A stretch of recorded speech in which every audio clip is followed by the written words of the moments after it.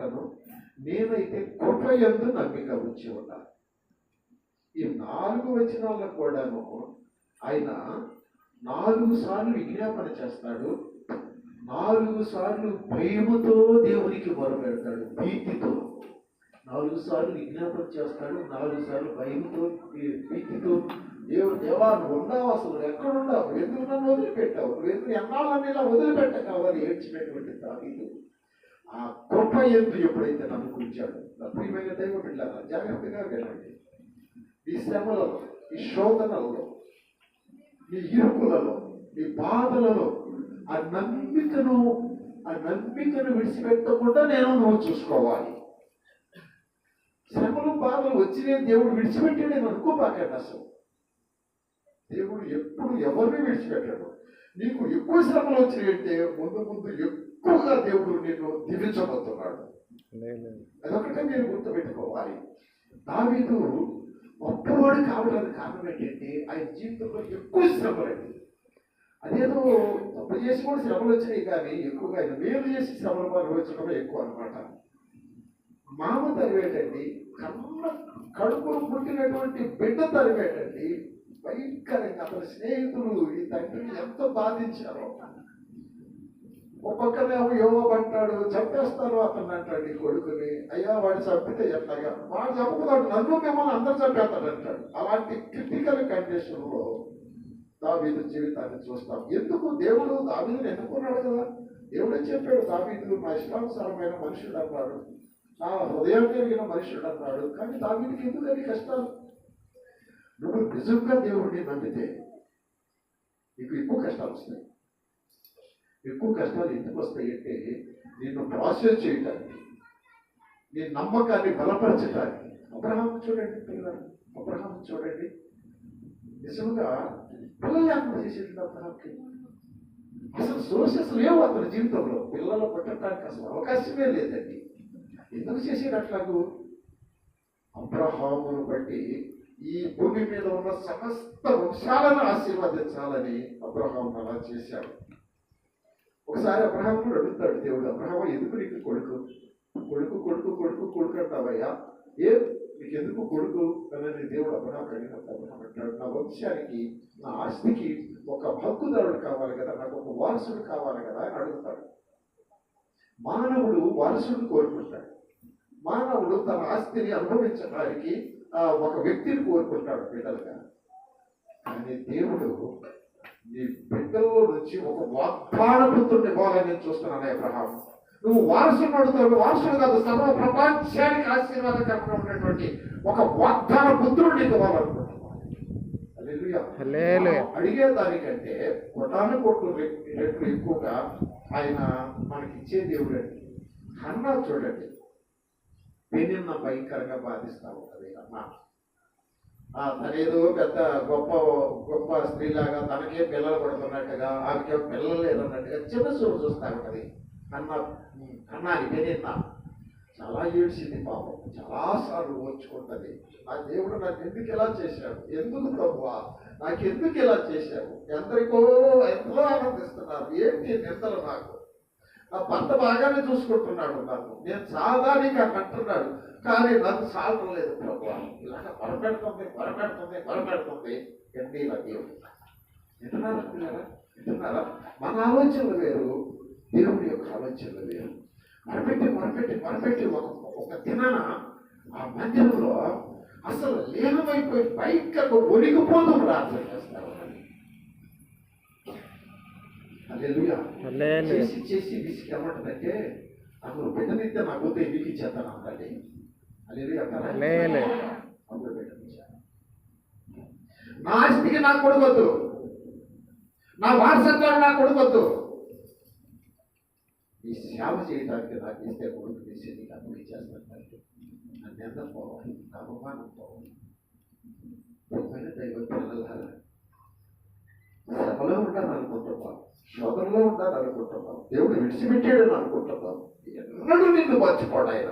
చూడు, నీ అరిచేతుల్లో నిన్ను నేను చెప్పుకున్నాను, రోజు నేను చూస్తున్నాను, కానీ నా చేతిలో ఒక సాధనంగా బలపడటానికి ఈ శ్రమల గుండా నువ్వు వెళ్ళాల్సిందే, ఈ బాధల గుండా నువ్వు వెళ్ళాల్సిందే, నువ్వు ఇన్ని అనుభవించాల్సిందే. అప్పుడే నిన్ను ఈ విధంగా చేస్తాను. నీ విశ్వాసం ఒకసారి పేతురు పత్రిక, మొదటి పేతురు పత్రిక 7 వచ్చిన ఒకసారి సహాయం చేయాలి తల్లి.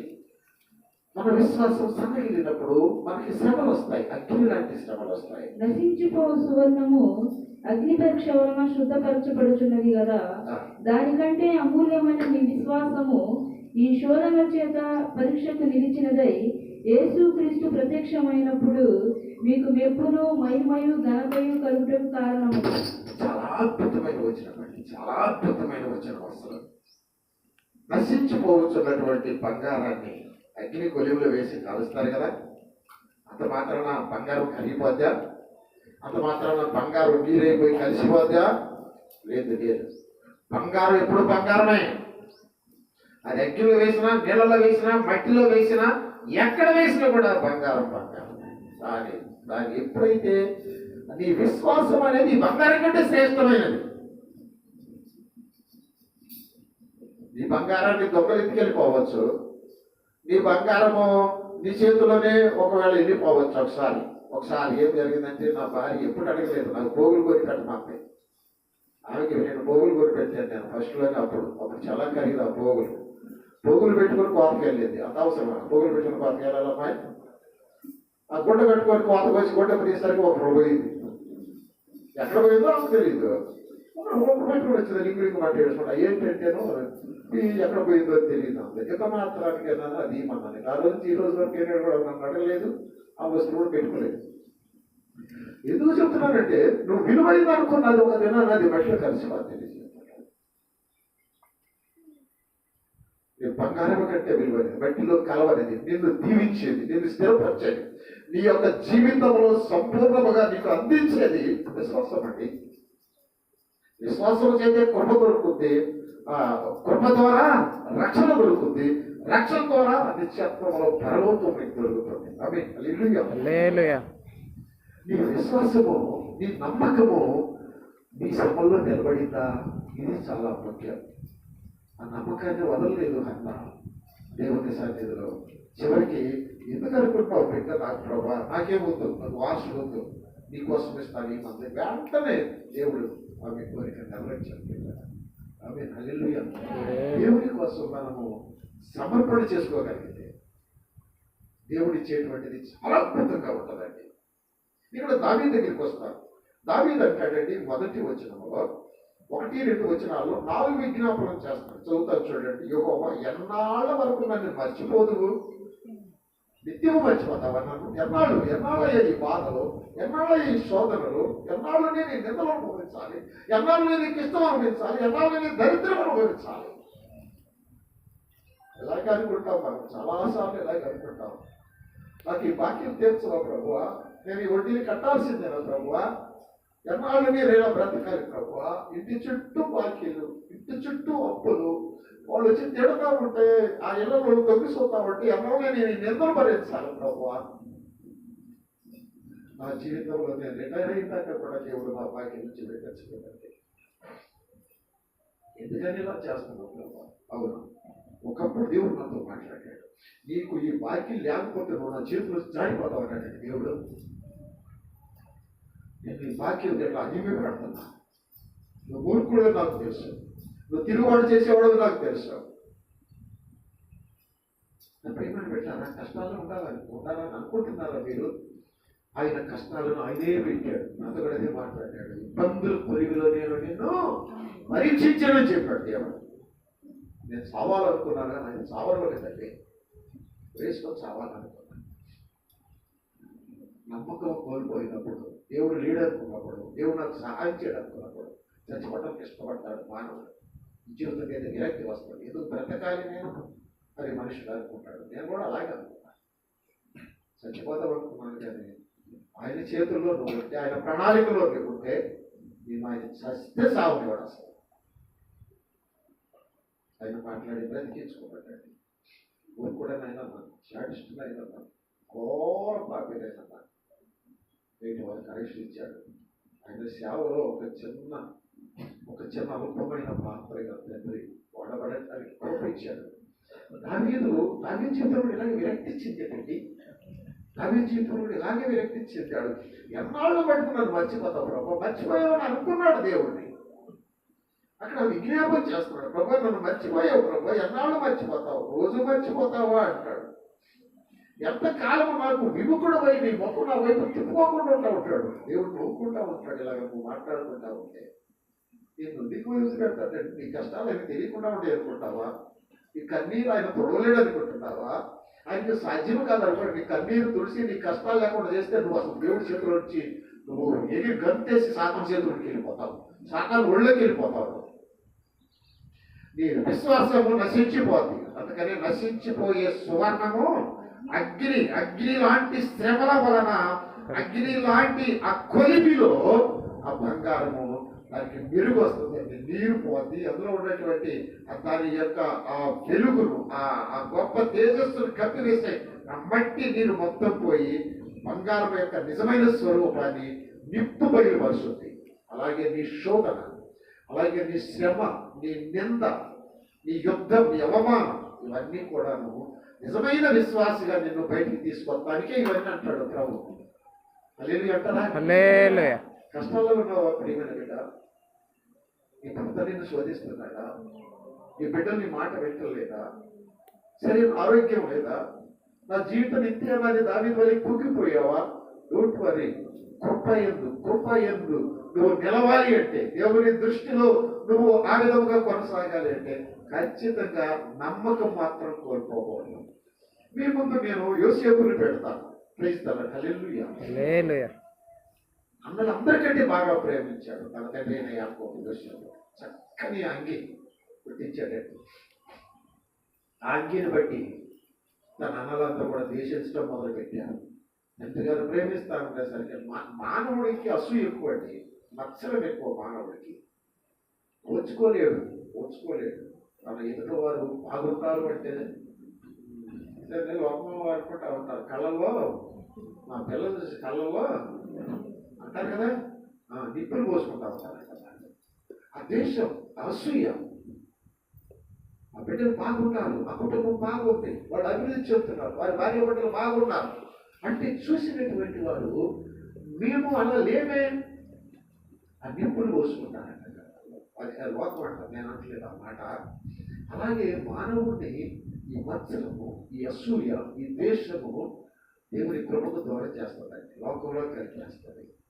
ఇది పోవాలి అంటే నేను అగ్నిలో వేయాల్సింది. అలాగే దావీదును వేశాడు, అలాగే యోసేపును వేశాడు. ఎంత శ్రమంలోకి నేను నెడితే అంత గొప్ప స్థితిలో దేవుడు నిన్ను నిలబెట్టగలడు. చెప్పలు కొడతావు ఒకసారి. హల్లెలూయా. నువ్వు ఎంత నలపబడితే నీవు అంత పరిమళ వాసనగా నువ్వు విరాజల్లగలవు. ఎంత శ్రమలో నువ్వు దేవుని చేతిలో, ఆ అగ్ని కొలిమిలో, ఆ బాధల్లో నువ్వు నొక్కబడితే అంత గొప్పగా దేవుడు నిన్ను చేస్తాడండి. ఒక దినాన నా అన్నల దగ్గరికి వెళ్తున్నా, నేను చాలా సంతోషంగా వెళ్తాడండి యోసేపు. తండ్రి పంపిస్తాడు ఆ పేలాలు, ఆ జున్నుగడ్డలు, అవన్నీ కూడా మధురమైన పదార్థం. సరే మీ అన్నలు ఎక్కడున్నారో చూసి విచ్చినైనా వాళ్ళ ఆనవాళ్ళు తీసుకురాడు పంపిస్తే. ఆ యోసేపు ఎదుర్కొంటూ ఎంతో కష్టపడి వెళ్ళి ఎక్కడో అన్నలు కనబడితే పరిగెత్తుకుంటా సంతోషంగా అన్నలారా అని వెళ్తే, అది వాడు వచ్చాడు పట్టుకుంటారా అని చంపేసేద్దాం. పట్టుకొని ఆ అంగిని ఎప్పదీసి ఒక గోసిగుడ్డ పెట్టేవాడిని నెట్టంటరా, ఆ బాయిలోకి, పాడుపడ్డ బాయిలోకి నెట్టండి వాడిని. అన్నలారా ఏంది అన్నలారా ఇలా చేస్తున్నారు? నేనేం చేశాను అన్నలారా? ఏం చేసేవాటావేంటరా? నేను ఒక్కడే ప్రేమిస్తున్నాడు, నువ్వు మా మీద నేను నాన్నకి సాడి చెప్పేస్తావు. మా నాన్నకు మేము గొర్రెలు కోసుకొని తింటాంరా, నీకేమొచ్చిందిరా, నీకేమైంది, నువ్వు కూడా తిను. ఈ విధంగా భయంకరంగా ఆ గోతిలో పడేసారండి. హల్లెలూయా. ఏడుస్తున్నాడు. అన్నలారా బయటికి తీయండి అన్నలారు. పావులు పుస్తలేని పడుతుంది, చచ్చిపోతాను అన్నలారు. జాలి కలగదండి మనుషులకు. ఎదుట మనిషి చచ్చిపోతున్నాడు అన్న మనుషుడు జాలి పడదు, కానీ ఆ మనిషి దేవుడిని నమ్ముకుంటే ఏది కాదండి. హల్లెలూయా.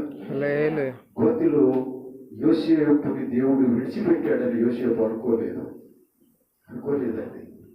గోతిలో యోసేపుని దేవుడు తోడై ఉన్నాడు. అంతలోకి ఆ పెద్దవాడైన రూబేన్ జాలి కలిగింది.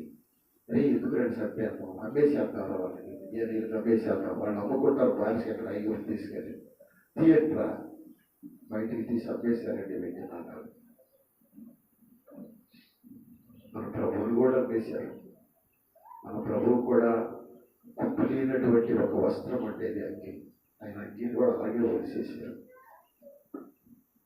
కొట్టి కొట్టి కొట్టి కొట్టి శరీరం అంతా చెత్త కొట్టి ఆ అంగి ఆయన శరీరానికి అడ్డుకొని పోతే ఆ నాటి మట్టను చీల్చినట్టుగా ఆయన పడుకోబెట్టి కాలి మీద తొక్కి ఆ అంగిని లాగారు. అంగితో పాటు చర్మము కన్నలు కూడా బయటకు వచ్చిందని భక్తులు చెప్తారు. చర్మము కూడా ఊడిపోయింది నా ప్రభుకి. జాలి లేదు ఈ లోకాన్ని. ఈ కష్టాలను చూసి నటిస్తారు జాలి పడినట్టుగా, లేదమ్మా లేదు. ఈ శోధనలు చూసి జాలి పడినట్టు నటిస్తారు. దేవుడు నటించడు. దేవుడు నీకు సహాయం చేస్తాడు. ఎప్పుడు సహాయం చేస్తాడంటే నీ నమ్మకాన్ని కోల్పోయినప్పుడు సహాయం చేస్తాడు. చేయగలడు, కానీ అది నీకు రావాలి. ఆ నమ్మకం నీలోనికి రావాలి. ఆ దేవుడు ఎప్పుడైనా నన్ను లేవనెత్తాడు, అది నిన్ను లేవనెత్తాడు. అది దాన్ని కాపాడుకున్నాడు. యోసేపు బానిసగా వెళ్ళాడు, నీతిగా బ్రతుకుతున్నాడు. నీతిమంతుడు యోసేపు. పాపానికి పరిగెత్తూరంగా పారిపోయేవాడు యోసేపు. దేవుడు అంటే భయపోయేవాడు ఎవడు యోసేపు. సాతాను కన్ను వేస్తుంది. పాపము నీతిగా బ్రతికే నిన్ను ఎట్లాగైనా పాపంలో పడేయాలని లేనిపోని బురద నీ మీద చల్లుతుంది, లేనిపోని నిందలు నీ మీద వేస్తారు. నిన్ను ఎలాగైనా సరే వాళ్ళలో కలుపుకోవాలని సాతానుడి యొక్క ఆశ. నీవు దేవుని యందు నమ్మకం ఉంచి నీ పరిశుద్ధతను కాపాడుకోగలిగితే, నీవు దేవుని యందు నమ్మకం ఉంచి నీ నీతిని నిలబెట్టుకోగలిగితే, నీవు దేవునికి భయపడి బిడ్డవైతే దేవుడు నిన్ను ఎంతో అద్భుతంగా ఆశీర్వదిస్తా. అంటే యోసేపు జీవితాన్ని నువ్వు చూసుకున్నప్పుడు మనకు అర్థమైందండి. ఎంతో నమ్మకంగా పనిచేస్తున్నాడు యోసేపుకు. దేవుడు తోడుగా ఉన్నాడు కనుక ఐగుప్తు ఫరో ఇల్లంతా కూడా ఆశీర్వాదంతో నింపబడి అడుగుపెట్టిన దగ్గర నుంచి ఆశీర్వదించబడుతుంది. నువ్వు దేవుని బిడ్డవైతే నువ్వు ఎక్కడ అడుగు పెడితే అక్కడ ఆశీర్వాదమే. ఏ ఇంటికి వెళ్తే అక్కడ ఆశీర్వాదమే. ఏ ప్రాంతంలో నువ్వు నిలబడితే అక్కడ ఆశీర్వాదమే. ఇవే ఒక ఆశీర్వాదం. అబ్రహాంకి ఇచ్చినటువంటి వాగ్దానం అండి. అబ్రహాం చూడ 12వ అధ్యాయము చూడము ఒకసారి. ఆ వాగ్దానం చూడు. ఇవే ఆశీర్వాదం అంటాడు. చాలా అద్భుతమైనటువంటి వాగ్దానం అండి అబ్రహాంకి దేవుడు ఇచ్చాడు. నీ తండ్రి ఇంటి నుండి బయలుదేరి నేను నీకు చూపించే దేశములకు వెళ్ళుము. నేను చూపించే దేశానికి వెళ్ళు. గొప్ప జనముగా చేసి నిన్ను ఆశీర్వదించి నీ నామమును గొప్ప చేయుదును. నీవు ఆశీర్వాదముగా నుండువు. అక్కడ ఆగరా. నిన్ను ఆశీర్వదించబడతాను, కానీ నీవే ఆశీర్వాదం. ఈ మాట ఒకసారి పట్టుకోండి. అబ్రహాం నీవు ఆశీర్వాదం. ఆశీర్వాదం ఇంకా ఎక్కడి నుంచో రాదు, అసలు నీలో నుంచి వస్తుంది ఆశీర్వాదం. ఏంటండి మాట? ఏంటండి దేవుడిచ్చి వాగ్దానం? అసలు ఆశీర్వాదం అనేది నీ దగ్గర నుంచే రావాలి. ఏ వంశానికైనా ఏ జనానికైనా. అక్కడ వచ్చాడు ఒక మాట చదువు. నిన్ను గొప్ప జనముగా చేసి నిన్ను ఆశీర్వదించి నీ నామమును గొప్ప చేయుదును. నీవు ఆశీర్వాదముగా నుండువు. నిన్ను ఆశీర్వదించు వారిని ఆశీర్వదించేదను, నిన్ను దూషించు వారిని శపించేదను. భూమి యొక్క సమస్త వంశములు అంటే ఎన్ని వంశాలు ఉంటాయి? ఎన్ని వంశాలు ఉన్నాయి ఈ భూమి మీద? మనుషుడు ఏ వంశంలో వాడారు, ఏ కులంలో వాడారు, ఏ జాతిలో వాడారు, ఎవరైనా సరే భూమి యొక్క సమస్త వంశములు ఆశీర్వదించబడిన ఒక్క వ్యక్తిలో. ఎందుకంటే ఆయన ఆశీర్వాదం, నీవు ఆశీర్వాదం. ఏ వ్యక్తికైనా, ఏ జనాంగానికైనా, ఏ వంశానికైనా, ఏ జాతికైనా ఆశీర్వాదం రావాలంటే అబ్రహాం నీలోంచి రావాలి. అదే దేవుడికి నమ్మకం కాబట్టి నేను వెళ్ళమన్నా స్థలానికి వెళ్ళాను. ఎవరన్నా నిన్ను చెప్పించాలని చూస్తే వాళ్ళు శాంతిపోతానంటే. నేను నమ్మిన దేవుడు సామాన్యమైన దేవుడు కాదు. నేను మర్చిపోయే దేవుడు కాదు. నేను విడిచిపెట్టే దేవుడు కాదు. నువ్వు మర్చిపోయిన ఆయన మర్చిపోతే దేవుడు. నీవు ద్వేషించి గోతులో పడేసిన ఆయన విడువని దేవుడు. ఈ లోకమంతా నిన్ను వంటలు చేసిన నిన్ను దృష్టి ఉంచుకొని ఆయన భుజాల మీద ఎక్కించుకొని ఆడించగలిగిన దేవుడు. అసలు అయితే నువ్వు ఎప్పుడైతే దేవుడికి ఇష్టంగా బ్రతకడానికి తీర్మానం చేసుకుంటావు అప్పటి నుంచే నీ మీద శోధన పోయింది. అది నువ్వు గుర్తుపెట్టుకోవాలి. నేను దేవుడికి ఇష్టంగా బ్రతకాలని ఎప్పుడు నీ మనసులో స్థిరంగా అనుకుంటావో అక్కడి నుంచే నీ మీద ఎంతో ప్రారంభిస్తాడు వాడు. అక్కడి నుంచే ప్రారంభిస్తాడు. అక్కడే నువ్వు జాగ్రత్తగా నీ నమ్మకాన్ని కాపాడుకోవాలి. నీ దేవుని దృష్టిలో నువ్వు స్థిరంగా ఉండాలి. అక్కడ కానీ పడిపోయావో కంప్లీట్ అప్సెట్ అయిపోతావు. కానీ ఆత్మీయ జీవితం మొత్తం దున్నేస్తాడు, అసలు కనబడకుండా చేస్తాడు, లోకంలో కలుపుకుంటాడు సాతానుడు. కనుక ఇక్కడ యోసేపు గురించి నేను నీకు గుర్తు చేస్తాను. యోసేపు అంత నమ్మకంగా ఉంటున్నాడు. పొతిఫర్ భార్య ఆయన కనిపిస్తుందండి. ఆ యజమానురాలు రాజ్యంలోనే ఐగుప్తు మొత్తానికి సైన్యాధిపతి అయిన పొతిఫర్ భార్య ఆయన మీద కనిపిస్తుంది. అక్కడ ఉన్నంతకాలం రోజు శోధిస్తాను, చివరికి కాగితం పట్టుకోకండి. యోసేపు ఒక మాట అంటాడండి. యోసేపు ఒక మాట అంటాడు, అమ్మా నా యజమాని నిన్ను దొంగ సమస్తాన్ని నాకు అప్పగించాడమ్మా. అరే బానిసరాను, నేను చెప్పినట్టు విను అంటది. ఎవరు లేరా? ఎందుకు భయపడతాడు? ఎవరు లేరా అమ్మా? ఎవరు లేరా? నీ కంటికి ఎవరు కనపడరమ్మా? నా కంటికి చెట్టంత దేవుడు నా ముందు కనపడుతున్నాడు తల్లి. నీకు నాకు మధ్య నా దేవుడు చెట్టంత కనపడుతున్నాడు. ఎవరు లేరా నువ్వు అంటావేంటి? ఈ దేవుని ఎదుట నేను ఎలా పాపము చేసేదమ్మా? బిడ్డ, కళ్ళు మూసుకుపోయినా నీకు కనపడకపోవచ్చు దేవుడు. పాప భ్రమంలో భోగించలు బ్రతుకుతున్నా నీకు కనపడకపోవచ్చు దేవుడు. దేవుని యందు విశ్వాసంతో నమ్మకముగా ఉండే బిడ్డ ఎదుట దేవుడు ఖచ్చితంగా ఆయన పాదాలు, ఆయన మహిమ, ఆయన దర్శనాన్ని ఎప్పుడు దేవుడు బిడ్డ చూస్తానే ఉంటాడు. నా దేవుడు నా ఎదుట ఉండగా మా దేవుడికి విరోధముగా ఇంత ఘోరమైన పాపం నేను ఎలా చేసేదమ్మా? ఎవరన్నా పాయసా అని పట్టుకుంటుందండి. అంతే ఎదిరించుకొని పై వస్త్రాన్ని లాక్కున్నా కూడా అలాగే పారిపోతాడు. దానికి శిక్ష ఏంటంటే భయంకరంగా కొడతారు, చెరసాల్లో వేస్తారు, చెరసాల్లో కూడా కొడతారు. తను వదిలిపెట్టాడా దేవుడు? దాన్ని మర్చిపోయాడా దేవుడు? నేనేం చేశాను ప్రభువా అని ఏడవలేదు. ఆ దేవా ఇష్టమైతే నన్ను చంపి ప్రియమైనటువంటి దైవ బిడ్డ, నీ విశ్వాసపు రేంజి ఎంతవరకు నీ విశ్వాసాన్ని కొనసాగించగలవో నీ విశ్వాసాన్ని దేవుడు చూస్తా ఉంటాడు. నీ జీవితాన్ని దేవుడు పరిశీలిస్తా ఉంటాడు. నీలో ఉన్నటువంటి ఆ నమ్మకత్వాన్ని, ఆ కృప ఇవ్వటానికి, ఆ ఉన్నత వ్యక్తిలో నిన్ను, నీ కుటుంబాన్ని, నీ బిడ్డలు, నీ వంశాన్ని స్థిరపరచడానికి నీలో ఆ విశ్వాసాన్ని అబ్రహాములో పరీక్షించినట్టుగా, యోబులో పరీక్షించినట్టుగా.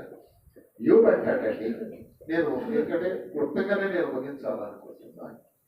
యోబు శ్లోకం చూడండి. అసలు ఎక్కడ కూడా దేవుడు నన్ను మర్చిపడని యోబు అంటాడు. ఎక్కడ చివరికి అందరూ బిడ్డలు కూడా పోతారు, చివరికి భార్యని నెట్టి పెడతాడు. మరి భార్యను కూడా తీసుకెళ్ళిపోయినా కూడాను యోబు విశ్వాసం తగ్గిపోయేవాడు కదేమో. కానీ ఆ ఒక్క భార్యను పక్కన వచ్చిన ఆ వ్యాధిలో కలిసి నీళ్ళు దానికి ఆధారకరమైన మాటలు తప్ప చెప్పడానికి ఆ భార్య మీద సాపం చూడండి. ఏ దేవుడయ్యా నీ దేవుడు? 10 మంది పిల్లలు చెప్పాడు, ఆస్తి పోయింది, ఆరోగ్యం పోయింది, ఇంకేంటి దేవుడా దేవుడా దేవుడా దేవుడు అంటావు? తిట్టోని దేవుడు తిట్టి చావంటదండి. ఎంత శ్రోతన, ఎంత శోధన! మూర్ఖురాల్లాగా మాట్లాడతాడు. ఏంటమ్మా, ఎంత ఆస్తి ఇచ్చాడు, ఎంతమంది పిల్లలు ఇచ్చాడు, ఎంత గొప్ప ఇచ్చాడు, అప్పుడు మాత్రం దేవుడు దేవుడు దేవుడు అన్నావు. నన్ను పోవడం దేవుడు ఇచ్చాడు, దేవుడు తీసుకున్నాడు. ఈ జీవితము, ఈ శరీరం, ఈ ఆరోగ్యం ఆయన ఇచ్చాడు, ఆయన తీసుకున్నాడు. ఎందుకు ఆయన దూషించాలి? సాతాను చచ్చిపోతాడంటే నన్ను బ్రతుకు మనం బ్రతకగలిగితే. హల్లెలూయా. సాతాను కుమిలి ఇచ్చాడండి యోబు విషయంలో. నా బిడ్డలంటే ఏమనుకుంటావు? సైతం మాట ద్వారా కూడా పాపం చేయలేదు యోబు. అమ్మా, ఈ దేవుడు సజీవుడు. యోబు అంటాడు, నా విమోచకుడు సజీవుడు. నేను ఈ విధముగా చీకి చనిపోయినాను, మళ్ళీ శరీరంతో నేను చూస్తానంటాడండి. చాలా అద్భుతమైన మాట అండి, చాలా అద్భుతమైన మాట. ఇలా చచ్చిపోతే శరీరం ఎలా చూస్తావు యోబు? నువ్వు శరీరం అంతా చర్మం తోటలు ఊడ్చిపోతుంది, పురుగులు వికృతులు ఆడతారు, నీ బాడీ అంతా కూడాను. అసలు ఎముకలు కనపడతలేవు పక్కగా. ఏంటి నువ్వేదో చచ్చిపోతుంది ఎలా చూస్తావు? చెప్పంటారా? గొప్ప రహస్యం చెప్తాను వినండి. యోగుకు ఒక గొప్ప దర్శనాన్ని ఇచ్చాడు దేవుడు. అంత నమ్మకస్తుగా ఒక దర్శనాన్ని ఇచ్చాడు. ఏమిటా దర్శనం అంటే, 1000 ఏళ్ల పరిపాలన చూపిస్తా ఉన్నాడు. 1000 ఏళ్ల పరిపాలన, ఈ లోక అంత్యము మొత్తం ముగించిపోయిన తర్వాత 1000 ఏళ్ల పరిపాలనలో ఆ మహిమ సింహాసనం మీద ప్రభు అయిన యేసయ్య కూర్చొని ఉంటాడు. ఓ హల్లెలూయా! మోచకుడు సజీవుడు, నేను మరలా సజీవంగా మహిమ దేహము చూపిస్తున్నాడు యోగికి. ఈ మహిమ దేహంతో నా దేవుడిని నేను కనులారా చూస్తాను, నా మట్టుకు నేనే చూస్తాను అంటాడండి యోగుడు. అది నమ్మకం. ఆ నమ్మకము, 1000 ఏళ్ల దర్శనాన్ని చూసే నమ్మకము యోగు పొందుకోవడానికి ఎంత శ్రమలు, ఎన్ని బాధలు. ఇదేదో పెద్ద శ్రమ అనుకుంటున్నావు ప్రియమైన బిడ్డ. అపోస్తలుడైన పౌలు గారిని ఏం కొడతారండి, అన్ని విద్యలు ఆరితేరిన వాడే మహాభక్తుడు అపోస్తలుడైన పౌలు గారు. భయంకరంగా కొడితే పౌలు గారు ఏమంటాడో తెలుసా?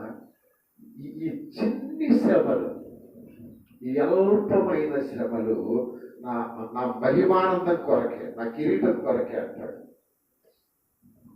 అల్పమైన శ్రమలు, నరకటం అల్పమైన శ్రమల, కొరడాలతో 39 దెబ్బలు గుమ్మారు కొడటం అల్పమైన శ్రమల, జనసాలో వేసి ఈ పెద్ద చెట్ల పడటం అల్పమైన శ్రమల. ఆయన అంత శ్రమని ఎంతలాగా చూస్తున్నాడు. ఎందుకంటే దేవుని యందు నమ్మకం ఉంచాడు కనుక, దేవుడిచ్చే బహుమానమందు నమ్మకం ఉంచాడు కనుక, దేవుడిచ్చే కిరీటమందు నమ్మకం ఉంచాడు కనుక, ఆ నిత్యత్వమో పరలోక రాజ్యమో ఆ దేవదూత గణములు అక్కడ జీవించేటువంటి జీవితం మీద నమ్మకం ఉంచాడు కనుక ఎంత శ్రమ కూడా అల్పమైన శ్రమలాగా యోగు కనబడతా ఉన్నది. మనకైతే ఎంత శ్రమ, ఎంత ఎట్టబడుద్ది, కొండలాగా కనబడుతుంది మనకి. ఒక చిన్న మాట, ఒక చిన్న అవమానం. ఓ పాస్టర్ గారిని పాపము మీటింగ్కి పిలిచారు. మీటింగ్కి పిలిస్తే ఆ మీటింగ్లో ఆయన పేరు పైన వేయలేదన్న. 2వ పేరు కింద 3వ కింద పేరు వేసాడని ఆయన అడిగి వాక్యం చెప్పాలి ఆ మీటింగ్లో. ఇంకొక పాస్టర్ గారు మీటింగ్కి వచ్చేసి వెళ్ళిపోతున్నాడు. ఆయన కోసం 3 రోజులు చంద్రులు చూస్తున్నారు. పాపం ఎందుకు వెళ్ళిపోతున్నాడంటే పక్కన ఆయనంతా అన్నాడంట, నేను రెవరెంట్ అయితే రెవరెంట్ అని రాయలేదని చెప్పేసి కోపం చేయబడంట.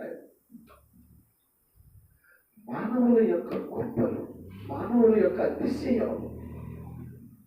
నువ్వు రెవరెంట్ కావచ్చు, డాక్టర్ కావచ్చు, లేదా నువ్వు పెద్ద గరుడు కావచ్చు అంటే దేవుడు వాడుకుంటేనే నీవైనట్టే. ఆయన ఎందుకు పెరిగిన అల్పుడు కావచ్చు, ఆయన ఆత్మ ఇస్తేనే వాక్యం.